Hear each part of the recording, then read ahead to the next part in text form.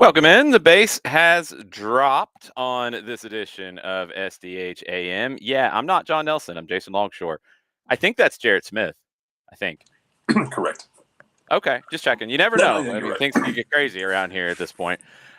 Things are crazy in the Atlanta United universe. The tease has dropped. I think you know who it is. Everybody's reported it. Emmanuel Latte Lath going to be an Atlanta United player, and it sounds like it is going to be a Major League Soccer record in terms of spend to bring him in. I've seen Jarrett, and I mentioned it on the espresso that dropped a little while ago. Anywhere, and it depends on how you report it. I think Tom Bogert said 22 million plus add-ons. Uh, DiMarzio had it at like 21 and some change. Didn't mention add-ons. T-Side Live had it at 20, almost 28. And I would assume that's including the add-ons, but who knows? It's a lot of money. So this is a big, big deal. And this makes Atlanta United a big, big deal in 2025. It does. However you want to split the money up. John and I talked about this before, that when we do these things, you have to be careful with how you talk about the money a lot of times, because it's easy to say, and you have to clarify, is it total compensation, including escalators and options, that sort of thing? Or is it the base and then you separate out those? Either way, you're spending an obscene chunk of cash, which is what we were expecting from Atlanta United coming off of last summer, when you sold a frankly preposterous amount of value, that you were able to spend some of it in the summer. You went and got Alexei Manandjuk. You got Pedro Amador, who has, look, man, like in half a year, Pedro Amador like outperformed what you got him for, which was nothing. It sounds like, based on the early conversations we heard in early January, it sounds like, I think Tom Bogert made it sound like they were trying for Kyogo Kurahashi last summer and didn't get that across the line. Revisited this year, didn't get it across the line, shifted to Emmanuel Latte Lath, and well, yeah, here we are. But the amount of money you spent is some serious fu. We're going to go win money. And I mean, I know it's kind of like a joke in the way it's said, but I mean, dude, that's kind of where it is. Like, it's wild. It's crazy how full circle everything has come, as Ricky Ricardo says, Peachtree Post Tuesday here on the SDH network. We had these kind of conversations back in late 2016, going into 2017, when the Peachtree Post became Soccer Down Here, about Atlanta United and spending a lot of money and turning a lot of heads. And it was in South America at that point where they said mucha plata. Now it's the northeast of England that is completely shocked and appalled about what is happening with Atlanta United coming into town and spending 30 million plus on two players in Miguel Almiron and Emmanuel Latte Lath. That whole mucha plata idea has went up quite a few notches in Atlanta United's existence. It has, and I'm not sure where it goes from here. And I'm not trying to look ahead. I know I'm not trying to look ahead or trying to move past what the tease just dropped is referencing to. But Garth Lagerwey has talked about the way this club is going to be built. You're getting guys in their prime, so you might not get another window where you send out $40 million, $50 million, just because the guys you're bringing in are in you're going to be more so in their prime. You might get, look, man, Emmanuel Latte Lath comes in here and performs at 26 years old. Mm-hmm. He could, at 28 years old, somebody could, with a lot of money, a lot more money than sense, could decide to call you about him. Well, look, you open up a door that I think we've seen open yesterday with Cucho Hernandez. Yeah, and, buddy. Ricky Pooch might open that door, although the ACL injury will delay that for a while, where you're going to see guys come in at whatever age. I mean, we can talk about, Cucho coming in at like what, 22. Yeah. Guys like Emmanuel Latte Lath, a few years older, but not much. And you're right. He comes in here and he wins a Golden Boot and he has a huge couple of seasons. You're going to have interest. And I think what MLS has done in the time span that we've been doing this, what MLS has gone from is a league that at that time brought in typically older players, and Atlanta kind of turned that on its head. Then everybody started to follow that. Now, as Seattle did and other clubs have done, you go and you can spend more money on more in prime players. But also, when you start to do that, you then get players that are just marketable players in terms of selling. You're not strategically doing what Atlanta United did at the beginning of go get a young guy, flip them in a couple of years. It's not that, but it's what every club in the world does. You want to sign guys that are going to be there for a long time and help you win trophies. No question. That's your idea. That's always your idea. But offers happen. And as we're seeing in the Happened world last right summer. now, whether it's somebody Yes. coming in and buying a club and then spending like crazy, whether it's Saudi Arabia, whether it's other leagues in the world. Foster Gillette down at Estudiantes right now is wanting to throw money like crazy. Ooh. It's you're Okay. you're getting into a situation where you're just a really good league and you have really good players.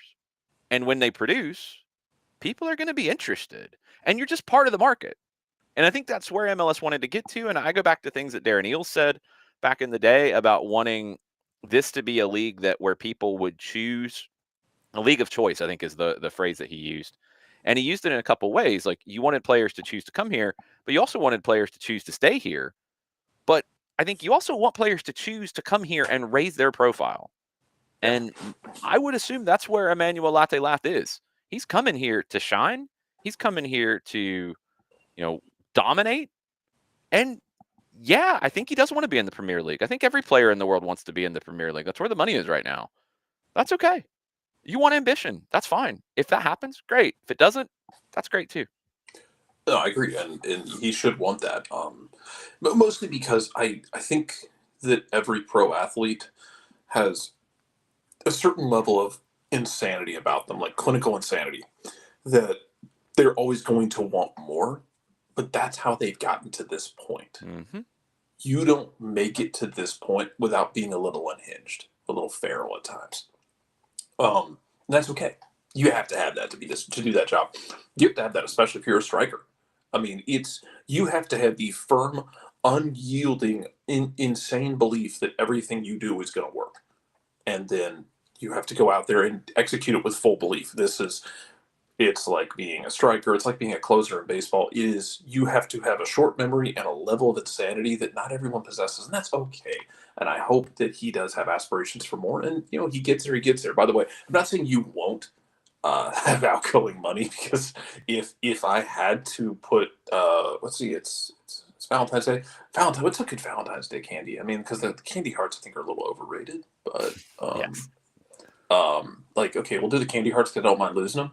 If you want me to put candy hearts on something, it's that and yes, I know Atlanta was leading this morning with another another Portuguese left back We'll free get agent. there. We'll get there. Um, but you have a young left back who might make you a lot of money in the future Yep. Yep. Dominic because Jonqui is going to have yeah, things to say Jesus. about that outgoing transfer side of things. I mean, Yes, look, this is, again, I think you're just getting into the conversation about Atlanta United is a big club. And I don't disagree with Will about Atlanta United being a super club. LA Galaxy have been able to say that as well. Miami, obviously, with what they've done. I don't think LAFC's actually ever really truly gotten there. Um, you're a big club, and when you're a big club in this hemisphere, you're going to be buying, but you're also going to be selling. That's the nature of it. I think outside of honestly, the Premier League, and they have to sell too. I mean, everybody talks about Manchester City and all the money they spend. They sell a lot. Chelsea, same thing. They spend crazy money. They've sold a lot. Like that's part of the business. But the Premier League they do have the restrictions, and Alex Bassine talked about it with PSR and things like that you have to worry about. You don't have that with your designated player spend here. But the Premier League is the mecca right now. It just is. That's where players want to be. They have a different level of conversation than clubs in this hemisphere. And when I talk about clubs in this hemisphere, I'm talking about Atlanta. I'm talking about the LA clubs. I'm talking about Miami. The New York clubs could if they want to. They just haven't really ever done it. Maybe Chicago turns into this a little bit. Um, then you're including the, Palmeiras. You're including Botafogo if they can pay their bills. John Texter's got money somewhere, I guess, or maybe he doesn't. He's just a good faker. I have no idea. You're talking about River. You're talking about Boca. You're talking about a few other Brazilian clubs. You're talking about Club America. You're talking about Monterrey, Tigres. You're talking about a group of about 25 to 30 clubs that are going to be able to get whoever they want in this hemisphere. They're going to be able to sell players to Europe. They're going to be able to buy players from Europe. You're getting into that kind of conversation, and this is just a destination, and that's honestly what it's turned into. Where in this window, or let's say in this year, you have sold a player who won a World Cup, and he went and won the Copa Libertadores after you sold him to the group, and he goes to Botafogo, and won the Brazilian league. You sold Yorgos Yakimakis, made a very nice profit on that one to another one of those big clubs in Cruz Azul. You then went and got Alexei Miranchuk. You sold Caleb Wiley to Chelsea alongside of all that. Don't forget that one. You brought in Miranchuk. You've now brought in Almiron, which is an emotional move as well as a big soccer move. And now, and it hasn't completely gone official yet, but anytime now, you're adding Emmanuel Latte Lath, an Ivory Coast international, a player who scored double-digit goals in the last 3 seasons, including the current one that he's halfway through, that now he'll start again with Atlanta United. You're doing big things on a bigger scale than you were 7, 8 years ago. That's progress. That's really impressive progress. It's exciting progress. And I don't know where it goes from here. I didn't think you would be in a conversation that quickly to spend this level of money. But look, it's just the way things kind of aligned to spend this kind of money and bring in these kinds of players this quickly. Look at where the league was when we started doing this, Jarrett, and where it is now. It's really impressive, that progression and that growth. And Atlanta United's been a big part of pushing that. Yeah, they have. As for the current setup, as for what you're looking at right now, this kind of harkens back to the discussion about Almiron coming back. Mm-hmm. You're not in a situation.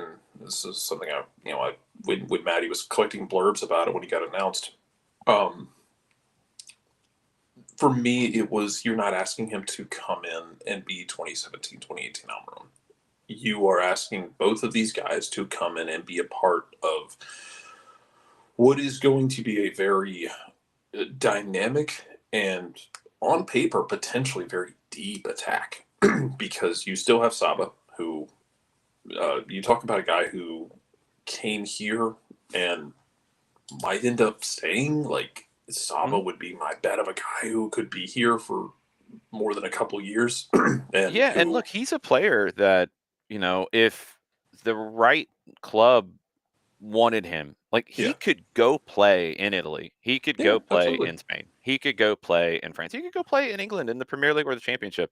Like, he's that level of a player that somebody could come in and drop 10 million. Yeah. Because they see what he would add. Like, that's the thing about the kind of guys that you're getting at this point. Yeah, and it's the whole thing is that I'm asking both of these guys to come in to work with him, to work with Alexei Miranchuk. Mm-hmm. And I'm saying, I'm not asking you to be the guy. I'm asking you to be part of this setup, to be an important guy. Yes. Be important, but not put the team on your back. Yeah, exactly. Yeah, you don't have to put the team on your back the way Saba did at some points at the end of last season when, look, when you're trying to get Alexei Miranchuk integrated. When you had 2 strikers who outperformed what you probably expected of them, but were not as consistent as a starting striker, or not as healthy as one, or Xande Silva, who was dealing with an injury all year long. I'm not asking these guys saying, I need you, one individual human being, to put this team on your back. I need you to be part of a dynamic attack, and frankly, I need you to try and do a. I need you to do our own version of what we saw LAFC do, or not LAFC, excuse me, the Galaxy, of what we saw the Galaxy do, where I had somebody pulling the strings, playing passes that break my brain and break my concept of how time and space work, and three dynamic attackers in front of them, a finisher and two wingers who can both be goal dangerous, but can both supply for others. And that's what you would like to see, and that's where then you start getting into depth, where you still have Shande around, and hopefully his foot is able to get back to 100%, and he can be that player who can come in and on a hot streak can change a game for you. Or Luke Brennan, who can get minutes and who can absolutely terrorize you on his day, as you know. I know we talked about it in the full time report after the Birmingham game of that you're still trying to get that finished product out of him. You still have Shande Silva. You still have Togashi, who is showing you a lot and is doing exactly what you want him to do, which is coming in here and, hey, man, you're going to be second or third striker, depending on how healthy Shande is or Jamal Teare is. And depending on how you perform, I need you to show me something. And he has. Mm-hmm. You have, all of a sudden, you have a lot of depth and options, which is great because at training, I want Thunderdome. I want guys fighting and clawing for a chance to be that first guy off the bench. And that's what Ronnie Dyla said. He wants competition. And I think you've got it at a lot of different spots on the field, whether it's about being that first guy off the bench or whether it's about starting, like in that central midfield where you've got Click added to Fortune, added to Sleesh, added to Muyamba. Riley comes into that mix as well. You've got a lot of competition there. You've got competition at center back with Abram pushing Williams and Gregerson and Cobb and Morales right there as well. You've got that competition. You've got depth and you've got competition. Like that's not always easy to create. Usually it's one or the other. I think you've got both depending on the spots on the field in this group. If you have not seen, if you're joining us late, it looks like Emmanuel Latte Lath is going to be announced this morning. The tease is out from ATL UTD. So it's usually a matter of time before that becomes official. It's been reported as done. It's been a wild saga, and I'm sure there are some twists and turns that we don't know about. The Italian media usage was always one of the most fascinating elements of this for me. Things bubbling up out of Italy that had nothing to do with Middlesbrough or Atlanta United. And I wonder when all is said and done, how all of that shook out and how all of that played out. I don't know if we'll ever know. But it gets done. Middlesbrough got their replacement in yesterday in Iheanacho. This is a club record incoming move in terms of money for Middlesbrough, as well as the league record outgoing spend from Atlanta United. So this is a big deal on multiple fronts. And this is a player in Emmanuel Latte Lath who has speed, but also has quickness. And Jarrett, we talk about like these kinds of skill sets that you want from players all the time. I don't think you often find somebody who necessarily has both. He's got that 40 speed. Some guys who are fast over a 40 are slow over 5. Not slow, but slower. He's got that 40 speed, but he's also got that first, second step. And that's maybe what jumped out to me the most about him as I've watched tape and studied him a little bit. That ability inside the 18 where you're not running 10 yards, you're running 2. You're taking a step into an open spot and finishing. He's got that, and he's shown that. And I like that double-edged sword of what he can bring to this attack because it gives you the ball over the top if teams want to play a high line against you. And with Saba and Almiron as well, you got all kinds of runners around it. But also when you get into the attacking third and teams drop a little bit deeper and they try to take away that space, I think he has the ability to, with that 1-2 steps, find the open area and put the ball in the back of the net. It's something I want to see, and we won't really see it till we get into the flow of games, and that's okay, just because it's hard to replicate game speed and game intensity. Like you can have scrimmages, you can have preseason games, it's hard to replicate that, the real thing.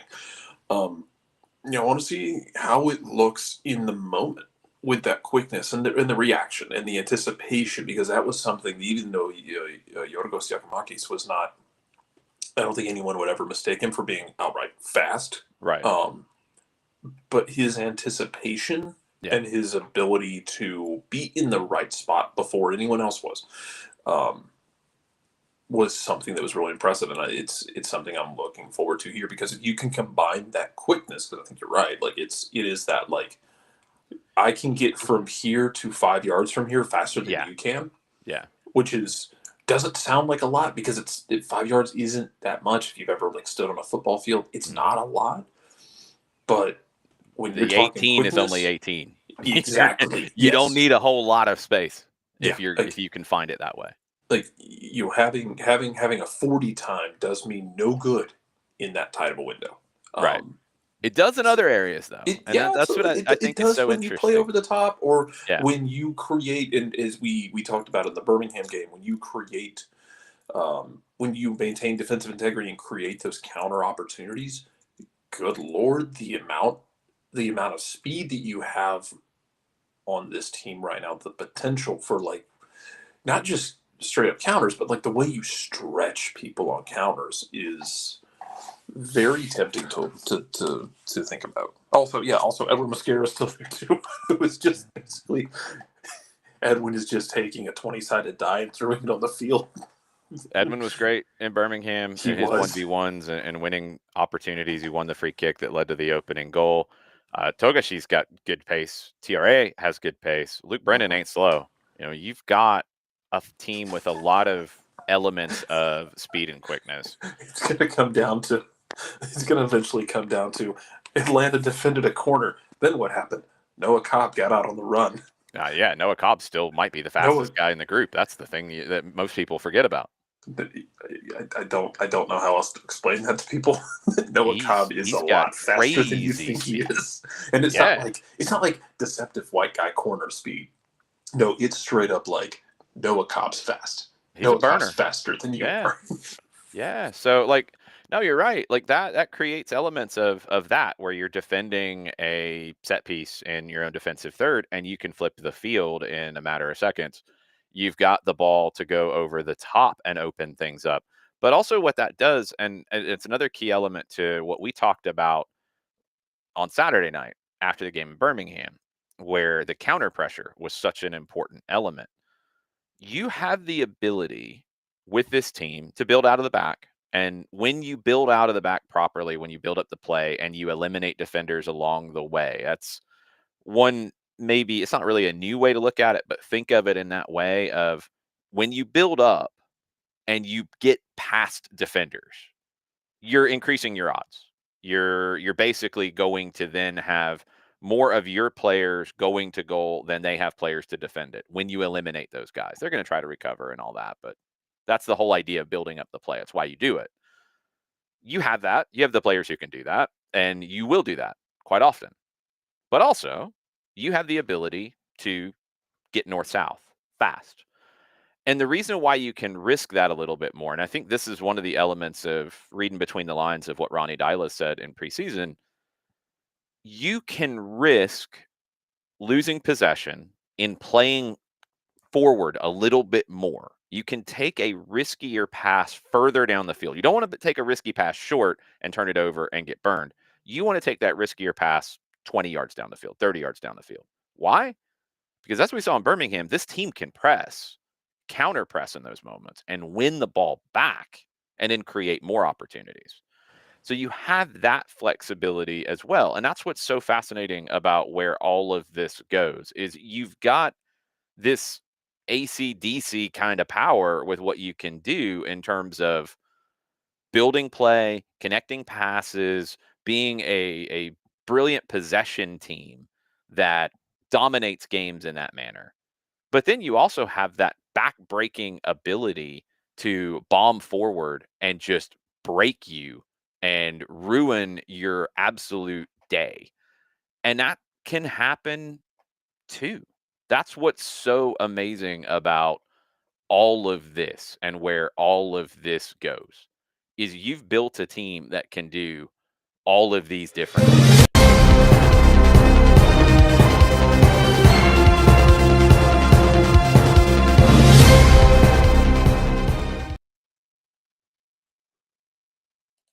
And it's now official. Emmanuel Latte Lath is an Atlanta United player. The tweet has gone out. Yes, everybody has been talking about it for a long, long time, and now it is done. And as you see, the team is in the video that's out talking about his speed. That is going to be a key element of what he brings to this team and this attack. But it is official. The transfer window of 2025 has been a monster for Atlanta United. They get Miguel Almiron back, and now they have broken the MLS record in terms of spend to bring in Emmanuel Latte Lath. Now, that's not in the press release. That's what's been reported. So maybe that depends on the escalators going forward. As I said earlier, it's been reported as anywhere between 21 to almost $28 million. Tom Bogert had it at 22 plus add-ons. This is a giant deal. It comes with giant expectations for Emmanuel Latte Lath. It also builds giant expectations for Atlanta United in 2025. And now, Jarrett, I mean, we can talk about this group and where we think they can be in the overall pecking order in Major League Soccer. And Miami, Seattle, I think, is in the conversation. They haven't done the big headline moves, but they've made some good moves to make that team a lot better. Mm-hmm. Right now, and this is without Columbus adding anybody with Cucho gone. This is with Cincinnati, Lucho. I don't know what's going to happen there. And does Evander come over from Portland? Like that, about to say, there's questions. Loosely linked there. There's questions. As things are currently constructed, Atlanta United, Miami, maybe Seattle are the teams you are looking at as MLS Cup contenders at the moment. It all plays out on the field, but on paper, what a window for this club. You had expectations, you had goals, and you've pretty much hit them. You went out. You wanted to get 2 DPs. You talked in the last window about how tough it is. You got one of them that also comes with a lot of PR positivity with Miguel coming back, and then nice bonus. Really nice bonus to that. It is. You got that done, and then you went and spent the most money in the league's history on a striker. Like you've done your job there. You went and you got a backup striker, because as much as I love Jamal Tiare, you can't help me if you're on the training table, and too often he's been on the training table. I'm sorry, Alex, I did not share that hug now. I was surprised when Alex just came up and was there. I mean, he's small. He just kind of appeared. He's everywhere. It's very true. Last time we played, he had a hat trick. So last time we played pickup. So he's here. He's there. He's everywhere. I mean, he wants to go about counter pressure. Alex can provide counter pressure. Yeah. But yeah, man, you went and you did everything you had to do. You've got your assembly line set where you want it, as far as your youth setup, where you have another left back waiting in the wings. You have 8s and 6s and 10s and God knows what else waiting. You have 2 youth goalkeepers who are with the respective youth national teams, 1 American, 1 Canadian. Talking to Kaylor Hodges after the Birmingham game, he was very excited about seeing more Will Riley. About not just with the first team, but that's like I don't expect Will with the first team. It's not a shot at Will. It's that's going to be a hell of a group to break through, especially if. And I'll tell you, one of the things I was impressed with after Birmingham, and not just in Birmingham, but from what we've seen so far this year, is Tristan William-Bach, who I thought had to show you something. Good. Because last year, he got minutes straight out taken from him by Jay Fortune. Like, Jay walked into his trap and took over his trap. Tristan had to respond. He's been good. He's He was responded the good way when he I. got healthy late last season. And I Yeah. think that, he struggled with some injuries that maybe were a little more severe. We talked about it with Shonda. Maybe Hmm. Tristan had more issues than we really knew at times because he didn't play well in the summer at all. Jay took the spot Yeah. when Tristan finally couldn't play due to injury, and then Jay didn't give it back.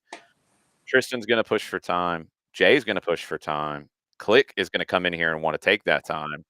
I think Sleesh is a very, very important part of this group, and we're going to talk about this between now and opening day a lot now that the moves are done. There could be more, and yeah, before we get too far into it, there was a report out of Italy this morning. Antonio Petraszuolo had this. He's the editor-in-chief of Napoli magazine. That Mario Rui, who is on a free, he terminated his contract with Napoli at the end of the calendar year 2024, did not play in the first half of the season. He is potentially going to sign with Atlanta United. Left back, over 220 games with Napoli, won Serie A with them, was approached by Inter.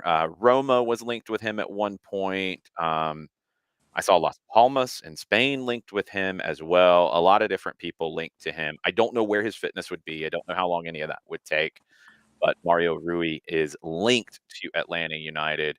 Maybe makes you think that there is more of a longer issue with Pedro Amador, who right now we know is out for 2 to 3 weeks. I don't think you'd get Mario Rui in 2 to 3 weeks to be able to turn this group Yeah.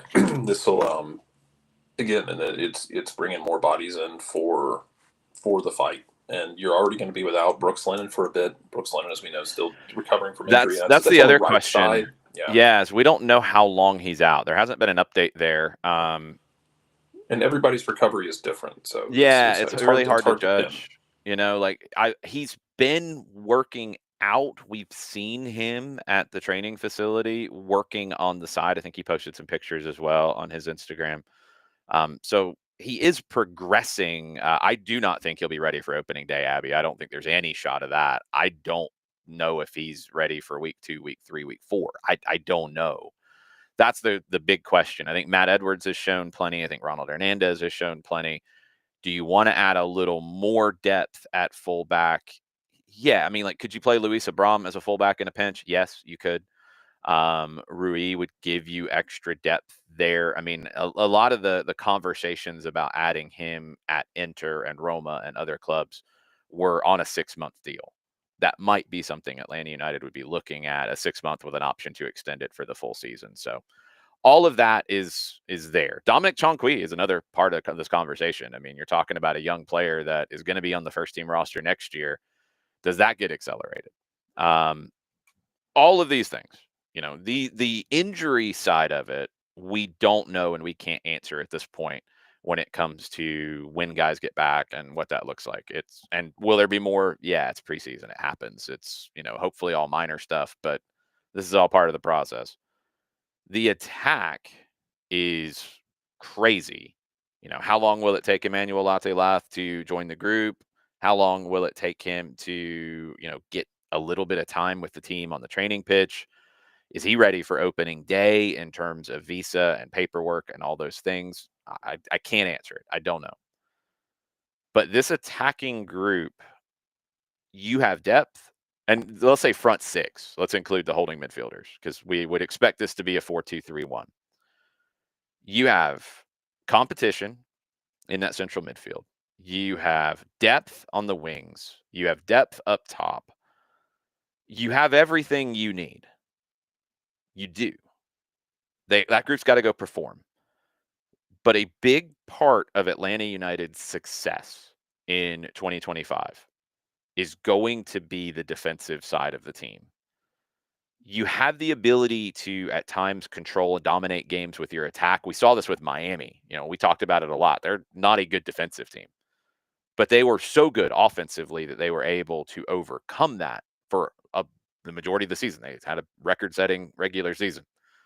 Atlanta has the group without the names like a Messi, but the group with the ability to break teams. We saw this in 2017 and 18 at times with that speed, with that ability to just break teams and put games away early, break it, just break the teams mentally.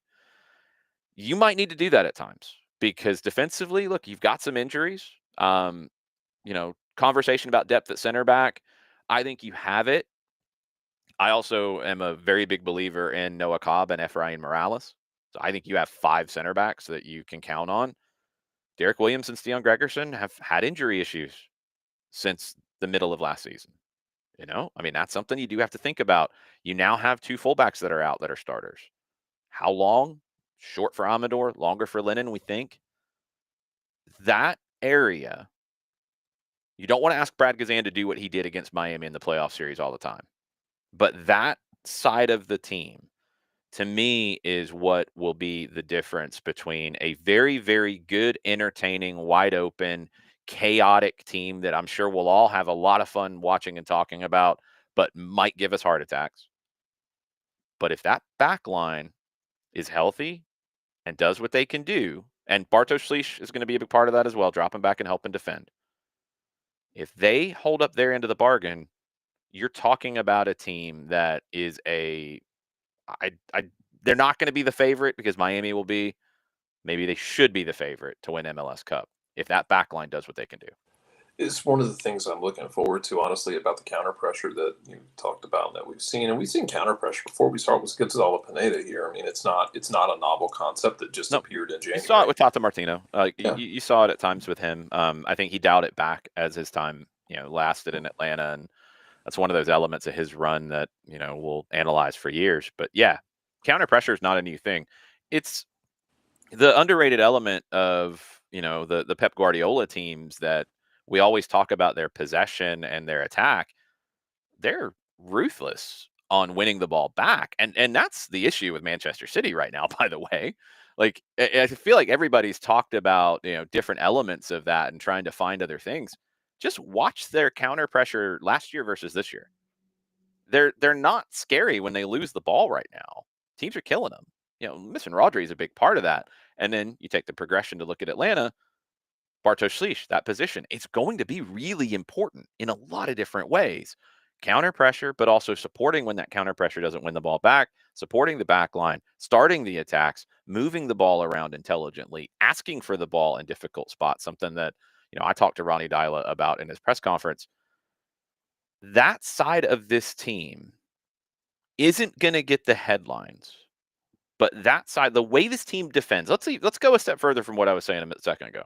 I talked about the back line being the key to making this team a trophy winning team. Let's just say the way they defend. And that's everybody. That's Latte Lath up top, which he has that in him. Coming from Atalanta, he knows what you're asking him to do. Miguel obviously has that in him. Saba obviously has that in him. Moranchuk, maybe not as much, but you can work with that. He's in a spot where you can work with that. Click. This is a guy who played for Marcelo Bielsa at Leeds. He gets it. Jay gets it. Muyumba gets it. Muyumba was one of the better success rate tacklers in MLS last year. Like, Slisz gets it. You've got the team that gets it and can be a very good defensive team all over the field. And if they are, then you're looking at a really, really fun 2025. One of the things about that counter pressure, though, is that not only, even if you don't turn someone over, let's say you turn it over, let's say you provide counter pressure.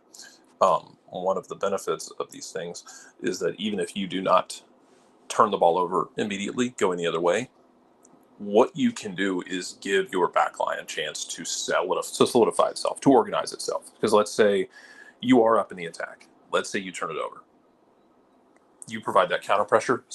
If you provide it and you're doing your job, it makes it harder to play that long escape ball to trigger a counter. If you can suffocate, and you don't have to turn, like I said, you don't have to force the turnover, but limit the speed at which you're absorbing a counter and give yourself a chance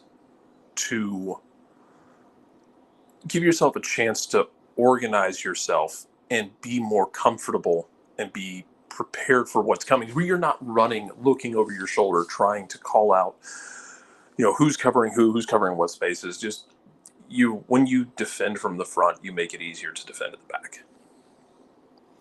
Yeah. 100%. I mean, you can cover a little bit of a a back line that if you're in a 1-0 game and you're having to defend on your heels for the entire game, maybe not the back line that you would choose in that situation. But it's not about that. You don't want to be in that situation. You want to be in the situation, and this is always an important thing with teams like this, in my opinion. You want to be in the situation where you're not holding a 1-0 lead late, you're up 2-0, better 3-0, even better 4-0, and the game was over at halftime. That's the way this team is built, and Ronnie Dyla's been very clear in talking about this. He wants the team that's going to attack. He wants a team that's going to go out and score goals. Yes, as all managers who say those things are. You have to defend. You Don't have know to a be manager who doesn't responsible. want goals except maybe Big Sam. Yeah, well, I think Big Sam actually probably didn't because he got so twisted in terms of reclamation projects trying to not get relegated. He loved draws. Maybe he loved draws more than wins. Anyway, ugh. It's not going to be that. It's going to be a very attack-minded team. However, responsible defending all over the field, winning the ball back, high up the field. These are very important elements where maybe you don't need your back line to be the deep in the defensive third kind of conversation all the time. Hopefully you don't, because I don't think this team's built that way. I think this is a team that's built to be playing in the opponent's half on a regular basis. And Jarrett, I'm sure you've talked about this as well on the show, but we get into this a lot. Dyla's time at Celtic. He's a different manager. He's evolved. He's always one of those guys who's constantly learning. But this is a seemingly a perfect fit with how Ronnie Dyla wants a team to play. All the pieces that now he has been given. Everything seems to be checking those boxes. It does. You're getting the pieces that have been the kind of pieces that have been productive elsewhere. Guys on the wing who can be goal dangerous and who can create. Now you have a forward who is explosive, I guess is the word I would use in short distances. Look, don't get it twisted. Like, man, what Tati did under Dyla was absolutely insane, and he was a Mhm. great fit for what you had there. They don't grow those on trees, but they also don't really grow Emmanuel Latte Lath on trees from what we've seen from him. But you have a goal dangerous and creative 10 and outside backs who can be dynamic. Like, you have the pieces you need to play this. You have the guys who can run and who have the endurance. And frankly, I think you have the leadership, man. Like, we know what Brad Guzan is at this point. It feels like, and it And feels you've got like other leaders too. that's what I'm getting at. It Yeah, feels like like you're more of them are and they may have been there before now, but some, but you also added some. yeah, Like Mateusz Klick, yeah. leader. Derek Williams was a leader last year, a very important leader last year. Miguel Almiron, different kind of leader. But I think one of the things that really jumped out to me in his press conference is just how comfortable he seemed in his own skin.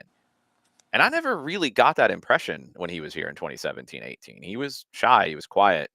Obviously opened up more with the locker room, but he was just very sure of himself in a perfectly balanced way. Like, not cocky, but very sure of himself and very comfortable. His The way he plays is something that people are going to want to follow. He Mhm. might not talk a lot, but when he's chasing everything down and he is a legend and beloved here, every other player is going to be like, well, I got to do that too. Like, that's the example that's been set. Bartosz Slisz, Bartosz Slisz is where I'm going. I think you're in it a good feels spot like where you don't need him to be a massive leader right now in this group, feels but like Ronnie's challenging him. you want him to feel comfortable as needed to assert himself. And that might not be yelling, that might not be, a big vocal thing in the locker room. There's other guys. There's other guys who are higher in the pecking order than him. But on the field, he has to assert himself in that role. And yeah, I'm with you. I think Ronnie Dyla is wanting that to come out of Sleesh more. And I think it's there. I think he's going to try and pull it out of him, and that's fine. I think we saw it with Jay, with the twos, as he got more comfortable and got older. You talk to Jay, he's not overly loud, but he is more of a lead by example guy. I mean, as he gets more and more years with his first team, I think he's going to be able to speak up more and be able to do more. And yeah, you do have a collection of people who can take the reins if you need to. It doesn't just fall on one guy or two guys, and it's going to be interesting.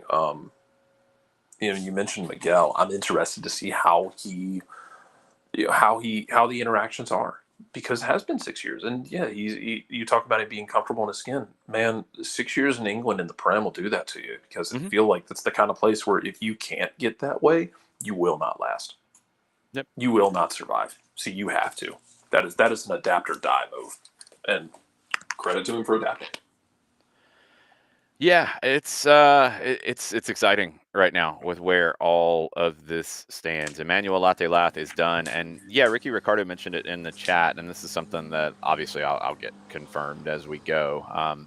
These things happen sometimes with how players are named in some leagues in some parts of the world, how their names are said in some parts of the world, and how they actually want to be referred to.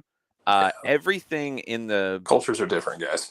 They are, and sometimes people don't ask. I do. I mean, I went up to Cayman after he did media last week, and I wanted to make sure I was saying his name properly. I said it to him, and he gave me a thumbs up. I try to do that with all of these guys when they come in. Everything that Atlanta United has put out about the signing is saying they've signed forward Latte Lath. They have not had Emmanuel Latte Lath. That is how he has been referred to in England. That is how he has generally been referred to worldwide. But everything in the press release has been Latte Lath. So we will get all that sorted out and everything done. I don't know. I haven't been told anything yet. I had not heard anything about that ahead of time. So just bear with us, and please give us some grace in these sorts of things when we are trying to get these things correct and be very respectful of these players from all over the world who are coming here, that maybe in other parts of the world that hasn't happened. We're going to try to pronounce their names as best as we possibly can. There are some noises made, and Latte Lath, that's what has been said in England, where he has played most recently. If it should be said differently, we will get there. But also, there are some sounds and some conventions in different languages that are very hard for us to replicate. So bear with us. We work at it. We're not perfect. We don't always get it right straight out of the gate. But we really try to get this right. So if he doesn't want to go by Emmanuel Latte Lath, if he wants to go by Latte Lath, if it is said a little bit differently, we will get there. One other thing that Ricky asked earlier in the conversation, the team is training in Atlanta today. They are heading to Florida later today. They are playing Orlando City in a preseason friendly behind closed doors at IMG Academy tomorrow. Then playing another game on Saturday, then playing another game next Wednesday. So broadcast is TBD on all of that.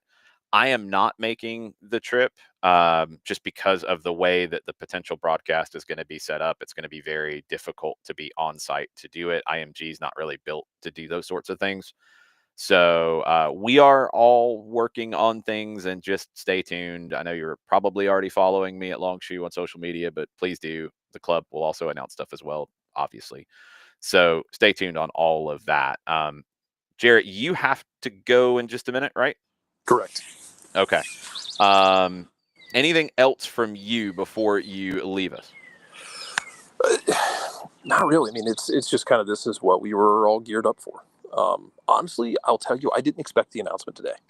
I thought we were going to be a couple more days into this week, because it felt like, and we had talked about it in post game Saturday, that understand that timelines are not the same in the U.S. as they are in England because England's window was closing and Landis was opening.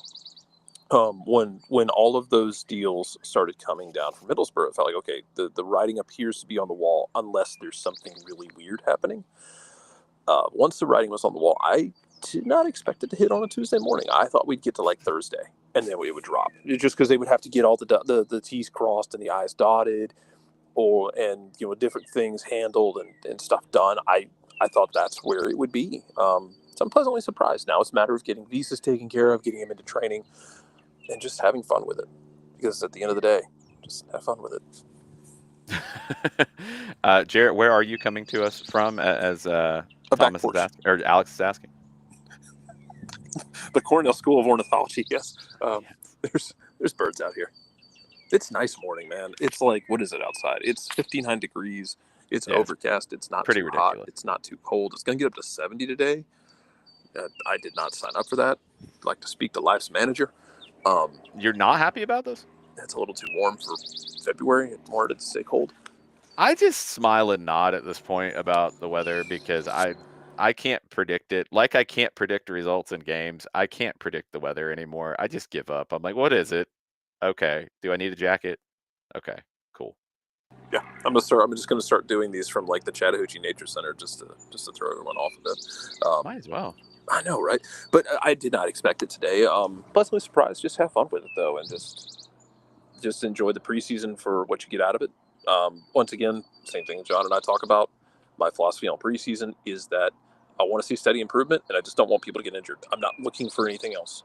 Keep everyone's limbs attached. Yeah, and there's nothing you can do to guarantee the lack of injuries either, because and we've seen both sides of it. If you don't get guys ramped up and ready for the season to be able to play at 100%, if you try to have them not play at 100% preseason, probably going to get hurt anyway, or they're going to get hurt early in the season. You've got to play. You got to keep your fingers crossed, and you've got to manage that ramping up process. Hell, I remember watching 2018 Franco Escobar break his collarbone in preseason on like a simple like shoulder to shoulder, and then he took a tumble in practice.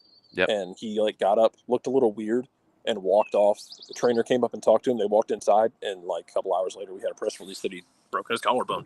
Weird stuff can happen. It's okay. So I just want people to stay healthy, and make the improvements where you need to. Because again, you're installing a new coach, a new system. Have some fun with it though. Yeah, I think you're looking at trophies and the supporter shield, which is one where it's over the entire season. Maybe the least important of the trophies Atlanta United will be playing for this year. I do think they really want Leagues Cup. I don't think they're happy about the way Leagues Cup has gone for them, and obviously MLS Cup. And that's a process to get there. And I think Jarrett might have left us already. No. He just didn't want to. He is about to though. But okay. Yeah, man. I mean, go get multiple trophies. Go get weird in this. Leagues Cup has been very polarizing for a lot of people, but it's been chaotic and fun. I think last year wasn't as chaotic and dumb as the first year, just because that first game was pretty chaotic and dumb. The second game was very bad, but the DC game was very chaotic and dumb. Well, but I mean, like as the tournament as a whole, we didn't end up with a quarterfinal shootout that ended, then didn't end, and they had to bring everyone back, and the other team ended up winning it, like when Nashville won their shootout. Yes. Or when Vancouver went, I think, 20 rounds.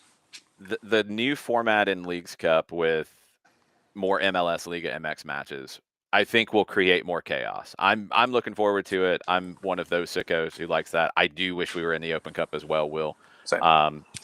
I love the Open Cup. It's for even more sickos. I mean, different flavors of sickos, I guess. It's all fun. Jarrett, go do actual work. He did. See, he just left. That's how it goes. All right. I will take some questions from folks as well on the chat as we go. Just in case you are joining us and have been asleep and maybe missed it, Atlanta United has signed Latte Lath. And as we were just saying, Atlanta is saying Latte Lath, not Emmanuel Latte Lath. So stay tuned. We'll get all the pronunciations correct. We'll get all of it right. Like I say, please bear with us. We will get there. We will do our best. That's what we do. Myself, Mike Conti, the rest of us who talk about this and really do care about trying to get this stuff right for these players, to respect them. Deal is done. He is signed to a contract through 2028, option for 2029. Designated player, obviously. International roster spot, obviously.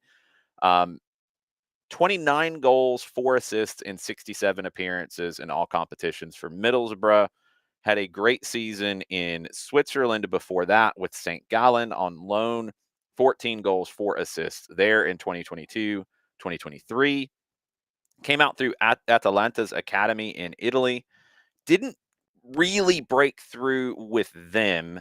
Spent time on loan with a number of lower division Italian clubs. It was the move to Switzerland and then the move to Middlesbrough that has broken him out. That's earned him 2 caps with the Ivory Coast national team so far. 26 years old, just turned 26. This is going to be a fun one. This is going to be a fun one to watch. We will update you more on him as we will be knowing things. I will get into the chat. Modiflow wants to know where John is. John is away. The boss had a doctor's appointment this morning, and John is taking care of that. So you're stuck with me. I'm sorry. I'm Jason Longshore. Hi, it's me. We had a Peachtree Post reunion in the first portion of the show. Jarrett might magically reappear later because that's what he does. We'll see. Maddie might magically reappear at some point or up here. She didn't reappear. She wasn't here yet. We'll see how that goes. Austin says on X, this feels like Atlanta's pushing all chips to the center. What would be a successful season to you? I think winning a trophy. I think I'm with you. Like, I think this is a team that is built to win things, and you can never guarantee tournaments how they go. And look, MLS Cup playoffs is a tournament in a way. Leagues Cup is a tournament. Supporter Shield, it's possible. It definitely is. But I think winning a trophy or at least playing for a trophy would be successful to me. Not getting into that conversation about playing for a trophy. So not getting to a Leagues Cup final, not getting to MLS Cup final. And if you want to be a real stickler for it, not getting to a conference final. That would be a disappointment. If you don't have that opportunity to win any trophies this season, that would be a disappointment. I don't like to set crazy high expectations because they're very hard to get to, especially in this league. But the way this team is built and what they have done, yeah, I think that's fair. I don't think that's asking too much. Rich Smith says, when will Miggy and Latte be ready to play? I wish I knew. I've heard conflicting things about Miguel Almiron and how quickly he would be able to play. So I don't know. Latte is going to be a player who's going to have to get a work visa and all of that. With the way things are currently in terms of immigration, I have no idea what that process would look like. It's very different, obviously, when you're talking about a player on a P1 visa and how all of that goes. And the club and the league have a ton of experience in getting these things done, and they're very well connected. And I don't know if there will be changes to those processes. So I wish I could tell you. I would assume that Miguel would be sooner than Latte, but I don't know the timeline for the two of them at this stage. Let's see. What else do we have? Mataflow, you can always be present, please. Please. You're always around, but you can be present. Will asking for an SOT reunion. Man, we've been talking about trying to figure out how to do some version of soccer over there in some form or fashion, at least the picks of the week, because of the chaos that would bring. So just stay tuned. We will do our best to try to bring that back in some form or fashion going forward. Let's get into Will's comment. He says, and kind of playing off of what we've been talking about, I think we have to. It's been 6 years since we won something. That by our standards is unacceptable. Yeah, I think some of this is MLS, and you're not gonna be a club in MLS the way it's structured, the way the salary cap is. I mean, you're basically penalized for doing well because when players want more money, you run out of money to give them, and we saw that in 2019 into 2020 and maybe even into 2021. It's hard. So the idea that the standard has to be a trophy every year, I personally don't think that's realistic in this league. I think you have to be competitive for trophies every year if you want to be an Atlanta United, if you want to be an LA Galaxy, who went through a long drought themselves. If you want to be an LAFC, that's what they've kind of set themselves to be. Seattle has set themselves to be that. Miami is trying to establish themselves as that. You have to be in contention for trophies. The way this season is setting up for Atlanta United, you have to be playing for trophies, in my opinion. That has to be the expectation. Playing for trophies. And yes, as Fender said, conference championship. It is a trophy. Mike calls it the son of Baconator. It's a trophy. So I will take that. I will set my expectation for 2025 for Atlanta United as playing in the Eastern Conference final at a minimum, playing in a Leagues Cup, and let's say semifinal as a minimum, because it's not a trophy. But remember, if you finish third in the Leagues Cup, you go into CONCACAF. So getting to a semifinal in Leagues Cup, getting to a conference final in MLS. I'm going to leave Supporter Shield to the side because it's a little more unpredictable. I think that's the expectation. I think it's fair. I do think it's fair. Abby says about getting to a final. Yes, I agree. The players are there to do that. And I think there is plenty of depth. You do have limitations on how much depth you can have in this league. And that's something you just have to keep in mind. But I think this team has been constructed to have a lot of depth. Speaking of depth, let's add from the SDH network depth, Madison Cruz. Did you take NyQuil last night? I did not, actually. I just had Okay. a slow start. I had to call my madre this morning. You had and work. You had things. It's fine. We got things. But hey, we're here now. And also, let's go Atlanta United getting Latte Lath. Let's go. Yeah, we'll figure out. I'm assuming from the way the press release is written that he wants to go by Latte Lath here. So we will Okay. get all that down. It sounds like Emmanuel has been dropped. We will clarify and get everything sorted out Yes. as we go. Basically, the conversation right now, Maddie, is about what are the expectations for this team in 2025, and expectations and everything's on paper right now. The regular season hasn't started. Players haven't even fully arrived yet. Yeah. You can't guarantee anything, but I think with the way this roster has been constructed, you have to be playing for trophies. And that is, I think, to really define it, a conference final in the Eastern Conference. I will accept the semifinal in the Leagues Cup because that gets you into potentially, even if you lose that semifinal, it gets you into the third place game, which could get you a CONCACAF spot, which is not a trophy, but like a trophy. Yeah, I would agree. I think those are the Supporter Shield. I'm not even going to put anything on right now because it's so unpredictable. And Yeah. I haven't done strength of schedule analysis on different teams. There are very good teams who have weaker schedules than some very good teams who are higher profile teams who are playing higher profile teams from the opposite conference because of, let's get the headlines. Nothing wrong with that. You don't play a balanced schedule. So Supporter Shield, I'm going to put to the side. Conference final, semifinal Leagues Cup. Those are the expectations for me in 2025 for Atlanta United.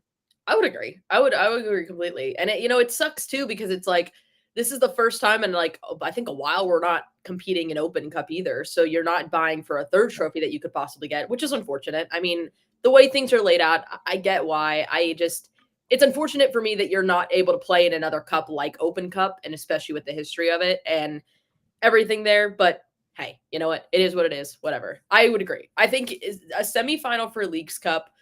I also too, just because of what has happened in Leagues Cup in the past years, you got to make it past the first round. Get out of the knockout. Get out of the group stage. They're changing the way that they set that up, aren't they, this year? Leagues Cup? It's not a pure group stage. It's kind of like Champions League where you're going to play 3 teams from Mexico in 3. So you're going to get 3 games in that stage. And then the top 4 MLS teams will go into the quarterfinals along with the top 4 Liga MX teams in terms of points and how you normally do it. So it's kind of a different model. I think it's a better model. I like it. But yeah, it's a different setup. Okay, so this is what confused me about it. So Atlanta will play 3 Liga MX teams, and that's not back to back. I thought I had saw something where it was back to back, and I was like, that's not right. What do you mean back to back? I don't know what I mean. That's what I read. I just read it that way. I don't know who wrote that. There is one weekend in the MLS schedule that is blocked out for Leagues Cup. Just one weekend. So you'll be doing the other games midweek. You'll play 3 Mexican teams in that competition that will run concurrently to the MLS regular season. So, I got you. Okay, cool. um, But yeah, it's like Open Cup. It's just you're going to play 3 games, and then if you do good enough, if you're one of the 4 best of the 18 MLS teams that are in it, then you'll move into the quarterfinals. that's my thing. I would say arguably if you can get out of that weird Champions League group stage-ish type thing and you can make it to the quarterfinals or the semis, I think that is a great standard to set, just because in the past years of the Leagues Cup, we have not gotten out of the group stage. And that I think needs to be a priority in I agree. in advancing that far. From that point on, I think if you continue to go, I think you do have a great chance of going towards the end in Leagues Cup. I would agree that I think the goal maybe is quarterfinal, semifinal, buying for that spot. If And you then want to make the goal quarterfinal, I'm okay with that. I'm not going to quibble on it. I said semi, quarters fine. Getting past the first 3 games is important there. I think Absolutely. it's an establishing, where you are at this stage, and that's a good test. You want, and I think that's where Leagues Cup can be. I mean, it's a trophy. It's a cup competition, and cup competitions are different, but they can help prepare you for the playoffs because that's a cup competition in its own way. Yeah. So you want to get that experience. You want to get out of these 3 games. You want to get to a knockout game with a Mexican team and beat them in a quarterfinal. And then you've done a good job to establish yourself. You've gotten extra experience in these games, and you'll be better prepared for the MLS Cup playoffs, which is, look, that's the biggest trophy that you can win if you're in MLS. It's MLS Cup. It's not the Supporter Shield because you don't play a balanced schedule. Teams have different levels of schedule. Leagues Cup is a cup. Open Cup is a cup. Things happen in cups. Things get crazy.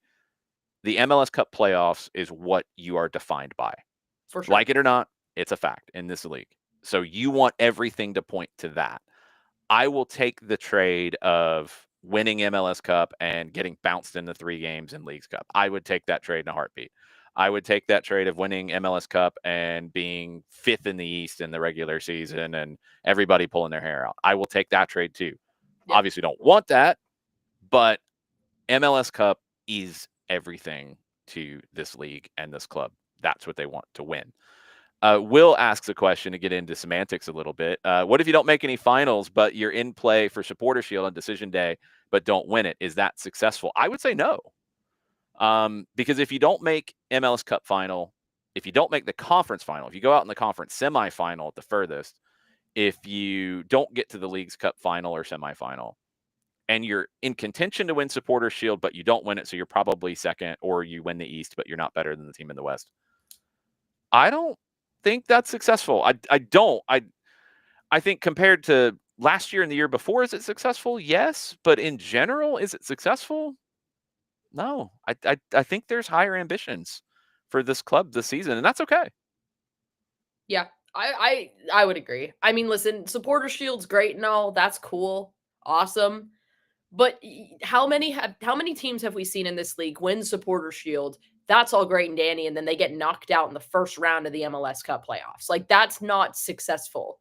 Like, I mean, look what happened to Inter Miami. Are we gonna come on? Like, but also that was not successful for Inter Miami. Exactly, and I would agree as well. I mean, it's for me at least. There was that whole argument, I think, with MLS Season Pass talking about like the importance of Supporter Shield and stuff like that. I would arguably say, in the way that we are set up here at MLS, Supporter Shield doesn't mean anything. I'm sorry. The 4th trophy to me. Yeah, it means nothing. Like, it absolutely nothing. We can argue, and conference trophy I'm going to leave to the side because that's a little different. But MLS Cup, no question. Leagues Cup, Open Cup, we can argue back and forth and around it. Open Cup has more history, obviously. Leagues Cup is maybe a little harder to win in the way that it's structured. So whichever, it doesn't matter. It's not to the stage of like the FA Cup is by far more important than the Carabao Cup. It's past that. I think Leagues Cup, because Open Cup hasn't been treated as seriously as it should have been for its history. Like, we can talk about its history, but also remember that pre-1996 professional teams didn't play in it. Like, it didn't happen. So it was an amateur trophy, essentially. Go back to the American Soccer League days and all that. That's fine. That's way back before any of us. But The Open Cup hasn't been the FA Cup for as long as the FA Cup has been the FA Cup, so you can't compare it that way. Leagues Cup is new, and I know people get bent out of shape about anything new. I think it has the potential to be something very, very special. I think the changes this year make it much better, so we'll see. They're both on equal footing to me. Supporter Shield's behind them. It just is because you don't play a balanced schedule. So I'm not as worried about winning Supporter Shield. It's a nice thing to win because it gives you home field advantage all the way through postseason, which is great. That's why it's important to me more than the actual Shield itself in that way. Yeah, because it's one of those things where it's like you look at the Supporter Shield, and the idea of it is to emulate other leagues, like obviously around the world, Premier League, all that stuff, everything like that. Yeah. The first one up top. Yeah, it started, it was talked about in the very early days of MLS, and it's called the Supporter Shield because literally the supporters groups in MLS at the beginning with 10 teams, they came together, they raised money for a trophy, they did a trophy, and they started to present it. The league has partnered with them to do that. So it's very cool in that. And yeah, it is kind of along the lines of what other leagues do about not having playoffs. But it is a very cool tradition. Don't get me wrong, it's not meaningless. Yeah. But when you have 4 trophies that, and again, leave the conference trophy out to the side. When you have 4 trophies that you're talking about, it's not the most prestigious one because of the format to win it. It's hard to win. All of them are hard to win, but you don't have a balanced way to win it. So And it also too, if you're looking at it, like you mentioned the balanced schedule, and I completely agree with you because number one, for the West, we only played the West teams one time throughout the whole season, and that depends on sometimes we have them at home, sometimes we're away, and you're not playing all of them. That's we're the not more playing all of important them. thing, is In even Premier in the League, you past. play every single team Yes. twice, and Yeah, that's yeah. balanced. Yeah, it's balanced, so you can have a league champion that way. Exactly. The Supporter Shield and the way the schedule is structured, you have more teams, so you can't play everybody twice. You can't even play everybody like Yep. you used to, where you would play all the teams in the West, but home or away. You don't even get that. You're picking and choosing, and when you start picking and choosing, look, Atlanta's going to play a team from LA every year, whereas Cincinnati might not. You know, it's higher profile. Atlanta and LA, that's a big deal. You're going to have that. You want Atlanta and LAFC or Atlanta and LA Galaxy every single year. You want Atlanta and Seattle more often than not. You know, you don't have Atlanta, Vancouver. Atlanta hasn't played in Vancouver since 2019. Yeah. You know, so like it's the nature of it. So it is what it is. Yeah. The ranking of the trophies, it is what it is. I think MLS Cup is everything you are shooting for. If you win Leagues Cup along the way, great. If you win Supporter Shield along the way, great. Leagues Cup more important to me than that because of what it can give you, but you're focused on MLS Cup. Hey, listen, I mean, if we got both Supporter Shield, Well, I mean, of course, but you're getting greedy now. Yeah, we're getting greedy. Like, You're I mean, getting greedy, and this is where we got to set reasonable expectations. If you play for trophies this year, in my opinion, you are successful in 2025. I agree. Even if you don't win them, but if you play for them, you are successful in 2025. Will ask a question about the Open Cup. He says, "What's to stop Atlanta from entering an affiliate amateur team to always ensure we play in it?" You couple things. You would have had to have already done that for this one because the amateur qualification is in the previous fall. So that's one. 2, to do that, if it was going to be the Atlanta United, exactly, it would have to be the academy team. It would have to be the U18 academy team to enter it because that's the only amateur team that could enter that level. The way the tournament's structured, you can't, like Atlanta United 2 couldn't go through the open qualifying process because they are in a league that has a qualifying process. So you couldn't do that. I've done Open Cup for a long, long time. I've been around all these different permutations of teams trying to figure out ways to do it. So then You how can't. are the other 2 teams like selected as well for those? There's a qualifying process. It They was qualify for that. I got you. yeah, it was teams that their first team. So they basically, you had the MLS Next Pro ranking. You took out the teams that their first teams were already in the Open Cup. You had everybody else. The independent teams are straight in. But then from that ranking, you had, I think, 6 more spots, and it was the highest placed teams from last year that their first team was not already in the competition. I got you. Okay. So yeah, I mean, it's a process. And Atlanta United 2 didn't get in it. So yeah, you would have to enter the U18s, which I think you could actually if you wanted to. I think because MLS Next is not tied in to Open Cup in any way. It is an affiliated team, I think, although I think Open Cup, you have to be affiliated in an adult league. So if in the past, as we're really getting off the rails, in the past, when you had Atlanta United U19 or Atlanta United Academy in the UPSL, you could have had that team go enter. You absolutely could have. They would have had to qualify. UPSL does get an automatic qualifier. Soda City, our friends from Columbia, South Carolina, they qualified by winning the previous UPSL season, the one that ended in August. They just won it again, so they would have got in again. This season, it's the I'm trying to remember how they call it because it doesn't actually end in the season that it says. The spring season, that winner goes into the next Open Cup. Soda City won last spring. They also won the fall season as well that just ended over the weekend. So Soda City got in that way, but UPSL teams can enter as well. We saw Dalton United. We saw who else has done it out of UPSL lately? I think KSA's tried to do it in the past and didn't make it. It's hard. So that's your way off the rails Open Cup conversation this morning. Questions about the international breaks and what that looks like for MLS. You are trying to avoid playing in most of them if you're the league at this point, but I don't think anything dramatically changes until potentially after the World Cup in 2026, where you might have a calendar change and you might have more of just a global conversation about these international windows. Because right now there's too many. So I think you might have a game, maybe two, but I think it's just one that's going to be during an international window this season. And yeah, you got some guys you're going to get potentially called up, but you have a lot of guys that are kind of on the borderline. Almiron will get called up. Moranchuk is a different one because Russia's not playing official competitions, but they are playing friendlies. Sleesh has been getting called up consistently. Abram has been getting called up consistently. Stian in and out. Jay in and out. Latte Lath has only got a couple of caps for Ivory Coast. Click has not been. He retired, I believe, from the Polish national team. I think that's it right now with where things stand. Saba, yeah, thank you. Saba would be the other one who has been getting called up. So, yes. I think you're okay in those regards. And you got depth. Again, you've got depth and you're going to need it for this reason. Ricky asks about the playoff format. Are we going to get new playoff rules this year? I would hope so. Why? Why do we always we get mad about change, and then when we change something, we complain about that?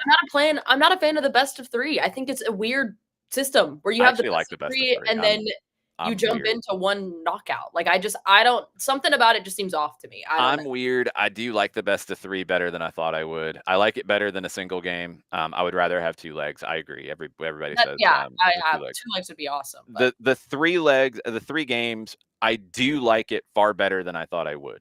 I don't like it better than 2 legs. I do like it better than single game throughout. I do. I don't like the 1. The wild card game is fine. Thomas doesn't like the 1 leg, but that's just the wild card game. That's the 1 leg. It's not a full round. That's fine. I didn't like the way they scheduled it this year, and I think that's the big difference. You didn't have to have Atlanta play Montreal on Tuesday and then play in the first round on Friday. That first game against Miami could have been Sunday, could have been Monday, could have been Tuesday, where other games were. Could have happened.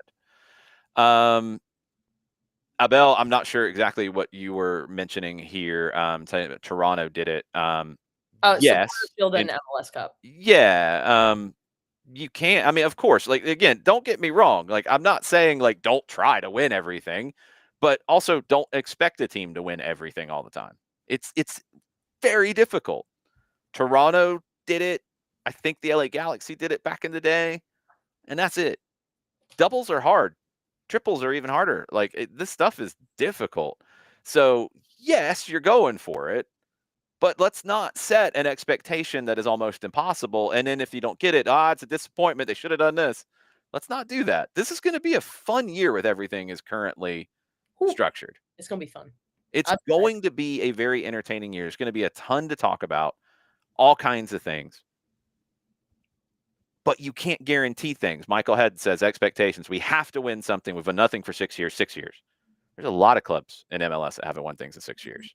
Go talk to the LA Galaxy about winning things and how that looks. They've got 6 MLS Cups, and they went a long stretch without winning one. Stuff is not easy. You can put together the roster on paper, and things happen that are out of your control. You never know, but you have to give yourself every opportunity to be in position to win something. Can't get greedy. Maddie over here wanting to win everything. Abel over here wanting to win everything. Play for everything. Win everything. Can't get greedy. No, But you can't. you have to be in a position to play for a trophy this year. You have to put yourself in a position to be the most successful team you can this season. And realistically, you look at some of these teams, it is maybe 1% in like a million, maybe, that you win the Supporter Shield, Leagues Cup, and the MLS Cup. It's They're never happened. never impossible. It's Not with Leagues Cup. It's never happened. So, like, I think when you're looking at like the standards of this season, I mean, I would arguably say I agree with the Eastern Conference. I think getting there, being solidified with the Eastern Conference for that area, that's a success in my opinion. I would say if you make it to Leagues Cup and you win it, cool. But I would say either get to the quarterfinals or even the semis, earn yourself a spot there. Mhm. Great. And then Supporter Shield, if you win it, cool. I just, in my personal opinion, I don't think a Supporter Shield is going to satisfy for what I one- don't think a Leagues Cup satisfies. I think you want to win it. If you win it, it can make you feel a little bit better. But facts are, if you win MLS Cup, you get bounced out of Leagues Cup in 3 games. You finish 5th in the East. If you win MLS Cup at the end of that, you're happy. Mhm. You're having a parade. You're a very successful season. If you win the Supporter Shield and you get bounced in 3 games in Leagues Cup and you get bounced in the conference semifinals, you're not that happy. You're not angry, but you're not happy. If Yeah. you finish 2nd or 3rd in the Supporter Shield table, ensuring CONCACAF through that'd be great. If you win Leagues Cup and you get bounced in the playoffs in MLS, you're content, maybe? Not happy, not angry, but content. Maybe you're okay, depending on how you get bounced out of the playoffs. If you win MLS Cup and you win nothing else, you're happy. Oh yeah. So you have to keep that in mind. But if you're, in terms of defining success, setting the trophy or bust expectation is setting you up to be angry about something at the end of the day. And if you want to live that way, that's fine. I don't like doing that because you can't guarantee it. Yeah. You can't. I How would- many times have we watched teams in European leagues? This is their season. This is their season. They're going to win everything. And they don't. Yeah. It happens. 'Cause And it's hard.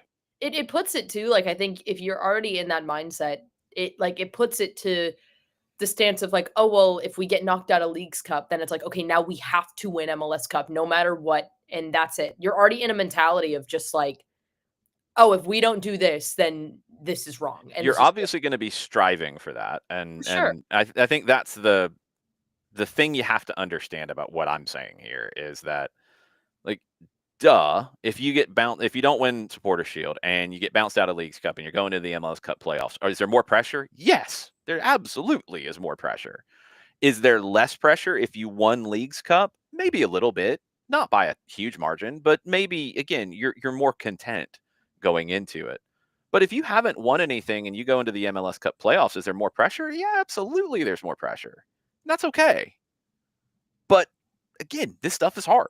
And we don't know how things are going to happen. We don't know when injuries are going to happen. We don't know who they're going to happen to. You're not going to go a whole season without some kind of a major injury. And major might just be a month or 2 out. We don't know. We don't know what's going to happen. We don't know how fast Latte Lath comes in and gets to scoring goals. We don't know how Miguel Almiron looks in this group at this stage. We don't know how Alexei Miranchuk looks in this group right now. We don't know a lot of things. We know on paper, and getting to Austin's question, we know that, I think Atlanta won the offseason. I think they have had the most successful offseason. They've, made the biggest headlines. They spent the most money, all these things. Like, we know that, and you can win that on paper, and it gets you no trophy. And it's not even a supporter shield. It gets you nothing. It gets you headlines. It gets you a lot of expectations. It gets you a lot of pressure. But it doesn't guarantee you anything. Yeah. And that's the most important element to this. Sorry, Rich, about all the slander on the supporter shield. I know that means a lot to Philadelphia folks and everything. I know, I get it. I understand. But it ain't the same. Dang. Hey, pressure makes diamonds. It can. It can.